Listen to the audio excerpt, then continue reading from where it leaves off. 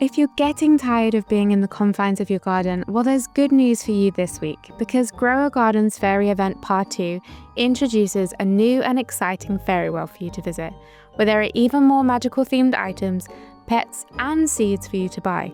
And all you have to do while you visit the world is catch fairies. Oh, and complete a Fairy Parkour Obstacle Course if you want some additional rewards. So if you like the idea of having a phoenix set your garden ablaze, here's everything you need to know about the new additions to the fairy event.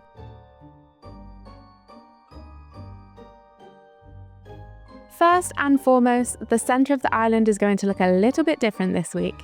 The fairy godmother is still at her tree and you can still submit glimmering crops to the wishing well, but you'll also spot a new pink tree and another fairy NPC. This is the fairy genius and she's looking for help to take the fairies back to the fairy world. And of course, the task comes down to you.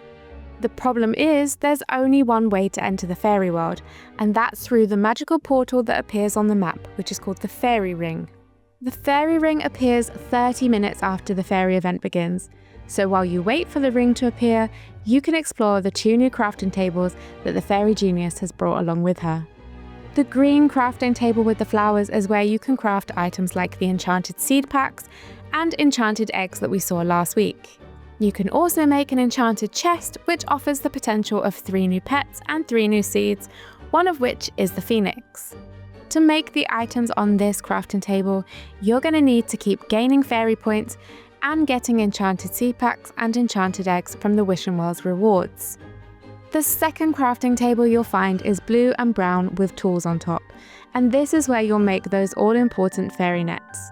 You'll also be able to make several other gear items that will summon a fairy wave, extend the duration of the fairy wave, summon a loose fairy to the map, and even more.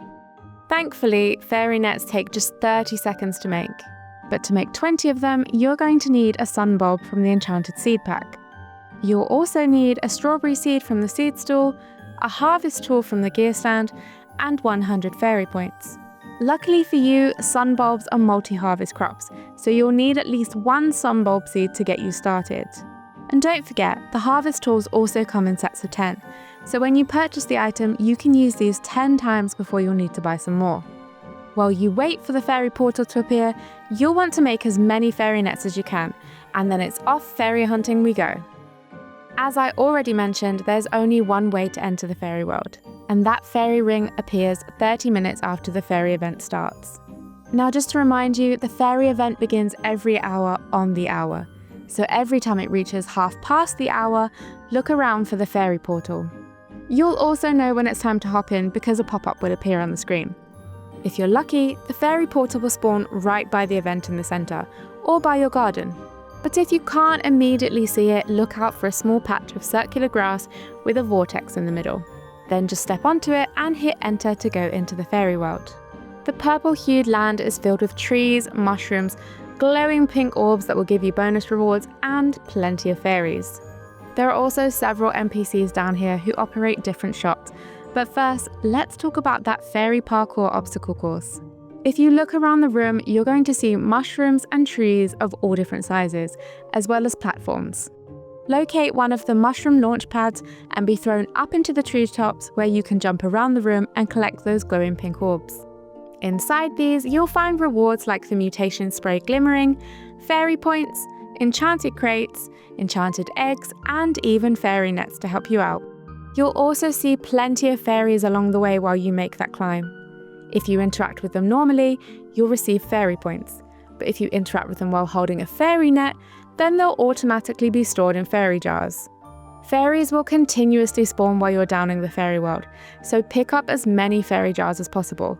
And if you see more than 1 fairy bunched together, you can scoop them up in one go. Now onto the NPCs. There are 4 NPCs down here in the fairy world. You'll find the luminous sprite in the centre by the tree, and this is where you'll submit those fairy jars. But the first item in the sprite shop won't unlock until you get 50 fairy jars submitted, and the final one is going to take quite a lot with 900. The other NPCs there are wisps, and they run a seed, pet, and cosmetic shop.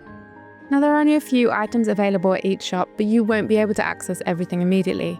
For example, you'll need at least 20 fairies to get the enchanted seed pack from the Elder Wisp Gardener, at least 90 fairies to get an enchanted crate from the Elder Wisp Architect, and 50 fairies to get an enchanted egg from the Elder Wisp Caretaker. So you'll need to capture as many fairies as you possibly can, and as you do, you'll unlock access to even more items in each of those shops. But there is a catch, and that's that the fairy world only stays open for 10 minutes. So grab those glowing orbs and farm those fairies as quickly as you can. Once the portal closes, you'll be kicked out and returned to your garden. And those are the key parts of the fairy event part 2. But the new update has also introduced NPC birthdays, limited time achievements, and new mutation combos. For more information on all of these features, visit our ever-growing Grow a Garden wiki guide. We update it as soon as a new patch launches, so be sure to stick with IGN.